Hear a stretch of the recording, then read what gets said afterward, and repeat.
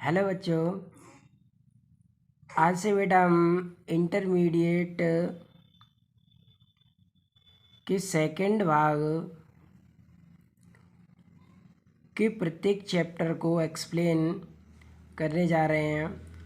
और इस चैप्टर में जितने भी टॉपिक्स होंगे, जितने भी चैप्टर्स होंगे और उन चैप्टर्स में जितने भी टॉपिक्स होंगे, उन सभी टॉपिक्स का एक्सप्लेनेशन इस चैनल के माध्यम से आपको कराएंगे, जिससे आप यूपी बोर्ड एग्ज़ाम का प्रिपरेशन बहुत बेहतर तरीके से कर सकें।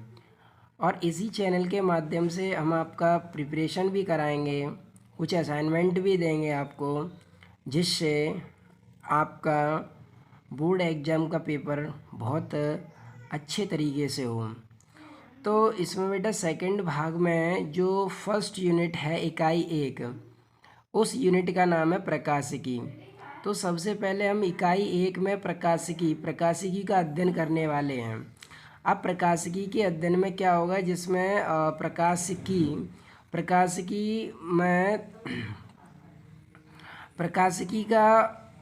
का अध्ययन हम दो भागों में करेंगे। पहला जो प्रकाशिकी है, उस प्रकाशिकी का अध्ययन हम दो भागों में करेंगे। एक होगा किरण प्रकाशिकी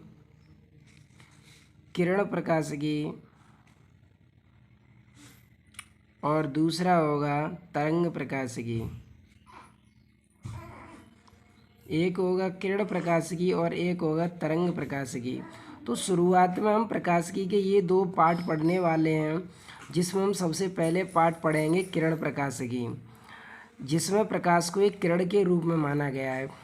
किरण प्रकाशिकी में प्रकाश को किसके रूप में माना गया है? किरण के रूप में माना गया है।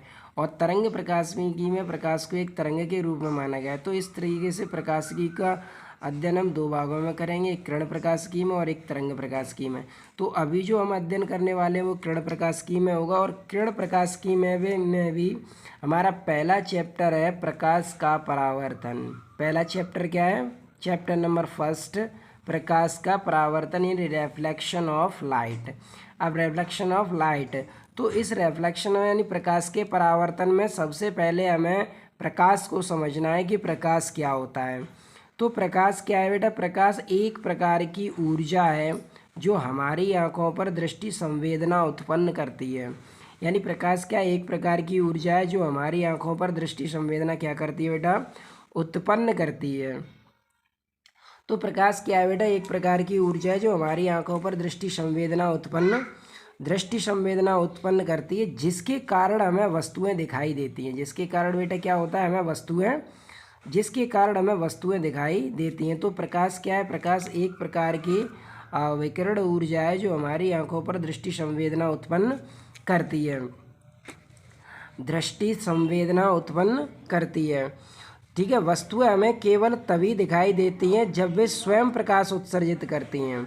वस्तुएं हमें कब दिखाई देती हैं? जब वे स्वयं प्रकाश उत्सर्जित करती हैं अथवा उनके तल पर आपतित प्रकाश परावर्तित होकर हमारी आंखों तक पहुंचता है। यानी उन पर पहले प्रकाश गिरेगा जब और उनसे परावर्तित होगा तब हमें वो वस्तुएं दिखाई देंगी। तो कोई भी वस्तु हमें दिखाई कब देती है? जब उस पर प्रकाश पड़ता है और वो प्रकाश हमारे नेत्रों पर पड़ता है, तब हमें वो वस्तु परावर्तित होकर नेत्रों पर पड़ता है, तब हमें वो वस्तुएं दिखाई देती हैं। वस्तुएं दिखाई देती हैं। तो इसमें कुछ वस्तुएं आती हैं, जैसे हम कहें कि भाई प्रदीप्त वस्तुएं किन्हें कहते हैं? कौन सी वस्तुएं? प्रदीप्त वस्तुएं किन्हें कहते हैं? तो प्रदीप्त वस्तुएं वे वस्तुएं होती हैं जिनमें स्वयं का प्रकाश होता है, यानी जो स्वयं प्रकाश उत्पन्न करती हैं। वे वस्तुएं जो स्वयं प्रकाश उत्पन्न करती हैं, कैसे प्रकाश उत्पन्न करती हैं? स्वयं प्रकाश उत्पन्न करती हैं, वो प्रदीप्त वस्तुएं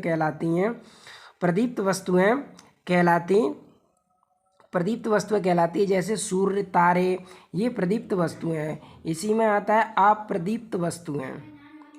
अप्रदीप्त वस्तुएं वे वस्तुएं होती हैं। अप्रदीप्त वस्तुएं वे वस्तुएं होती हैं जो स्वयं प्रकाश उत्पन्न नहीं करती, परंतु जब उन पर किसी प्रदीप्त वस्तु से उत्सर्जित प्रकाश आपतित होता है, परंतु जब उन पर किसी प्रदीप्त वस्तु से उत्सर्जित प्रकाश आपतित होता है तो वह हमें दिखाई देने लगती हैं। ऐसी वस्तुओं को अप्रदीप्त वस्तुएं कहते हैं, जैसे मेज, कुर्सी, चंद्रमा, पेड़ पौधे आदि, ये अप्रदीप्त वस्तुओं की श्रेणी में आती हैं।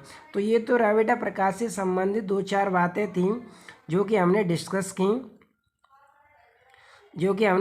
की। तो बेटा समझ में आ गया, प्रकाश एक प्रकार की ऊर्जा है जो हमारी आंखों पर दृष्टि संवेदना उत्पन्न करती है। अब प्रकाश के संबंध में तथ्य। अब देखो बेटा तथ्य क्या क्या होंगे। जैसे प्रकाश एक सरल रेखा में संचरण करता है। नंबर 2, प्रकाश निर्वात में चलता है। निर्वात में प्रकाश की चाल 3 × 10⁸ मीटर पर सेकंड होती है। थर्ड पॉइंट है, प्रकाश को संचरण के लिए माध्यम की आवश्यकता नहीं होती, यानी प्रकाश जब संचरित होगा तो उसे माध्यम की आवश्यकता नहीं होती। चौथा है, प्रकाश स्वयं नहीं दिखाई देता, लेकिन इसकी उपस्थिति से हमें वस्तुएं दिखाई देती हैं। यानी प्रकाश हमें स्वयं दिखाई नहीं देता, लेकिन इसकी उपस्थिति से हमें क्या होता है बेटा, वस्तुएं दिखाई देती हैं। तो प्रकाश स्वयं दिखाई नहीं देता, लेकिन इसकी उपस्थिति से हमें वस्तुएं दिखाई देती हैं। नंबर, प्रकाश में परावर्तन, अपवर्तन, विवर्तन, व्यतिकरण आदि घटनाओं का गुण होता है। तो ये तो बेटा हो गया प्रकाश के संबंध में कुछ तथ्य। इसके बाद अपना टॉपिक स्टार्ट होने वाला है बेटा प्रकाश का परावर्तन। हम पढ़ेंगे प्रकाश का परावर्तन क्या होता है। तो बेटा प्रकाश के परावर्तन में जैसे बेटा हमने यहाँ पर देखो M' एक समतल पृष्ठ ले रखा है जिसकी एक सतह पॉलिश है, और इस पॉलिश का मतलब है कि एक चिकना पृष्ठ हो गया ये। अब इस चिकने पृष्ठ पर ये प्रकाश की किरण आपतित हो गई, यहाँ पर आपतित हुई और आपतित हो के उसी माध्यम में वापस लौट गई। तो प्रकाश की किरण जब भी किसी चिकने तल से टकराती है तो टकराकर वापस उसी माध्यम में लौट जाती है। प्रकाश की इस घटना को, जो लौटने की घटना है प्रकाश की, इस घटना को प्रकाश का परावर्तन कहते हैं। तो प्रकाश किरण का किसी चिकने तल से टकराकर वापस उसी माध्यम में लौटना प्रकाश का परावर्तन कहलाता है। अब बेटा प्रकाश के परावर्तन के नियम होते हैं। जैसे प्रकाश के परावर्तन के नियम, नंबर 1, आपतित किरण देखो बेटा ये आपतित किरण है, ये परावर्तित किरण है और ये अविलंब, तीनों एक ही तल में होते हैं। नंबर 2, आपतन कोण I, परावर्तन कोण R, यानी आपतन कोण सदैव परावर्तन कोण के बराबर होता है। तो ये 2 नियम होते हैं बेटा, इसके ये 2 नियम होते हैं। तो ये तो बात रही बेटा प्रकाश के परावर्तन के नियम, यानी प्रकाश का परावर्तन समझ में आया। प्रकाश का किसी चिकने पृष्ठ से जैसे दर्पण से टकराकर वापस उसी माध्यम में लौटने की क्रिया को प्रकाश का परावर्तन कहते हैं। प्रकाश के परावर्तन के 2 नियम होते हैं, आपतित किरण, परावर्तित किरण, और आपतन बिंदु पर अविलंब, तीनों एक ही तल में होते हैं। आपतन कोण सदैव परावर्तन कोण के बराबर होता है। और देखो बेटा यहाँ पर ये I आपतन कोण है, R परावर्तन कोण है। तो अगर आप आपतन कोण की परिभाषा लिखते हो तो लिख सकते हो, आपतित किरण और अविलंब के बीच बने कोण को आपतन कोण कहते हैं। परावर्तित किरण और अविलंब के बीच बने कोण को परावर्तन कोण कहते हैं। अविलंब और परावर्तित किरण के बीच बने कोण को परावर्तन कोण कहते हैं। आपतित किरण और अविलंब के बीच बने कोण को आपतन कोण कहते हैं। तो बेटा इस तरीके से तुम इनकी भी परिभाषा दे सकते हो। अगर आपतन बिंदु की परिभाषा लिखनी है तो इसे भी लिखते हैं, आपतित किरण, परावर्तित किरण और अविलंब जिस बिंदु पर मिलते हैं, आपतित किरण, परावर्तित किरण और अविलंब जिस बिंदु पर मिलते हैं उसे कहते हैं आपतन बिंदु। तो मैं समझता हूँ बेटा ये दोनों ही टॉपिक आपको समझ में आ गए। अगर बेटा आपको ये टॉपिक समझ में आए हों तो मुझे कमेंट करके ज़रूर बताना, जिससे उत्साह बढ़े और मैं आपके लिए इसी तरीके से सेकंड भाग के चैप्टर्स का वीडियो लेकर आता रहूँ।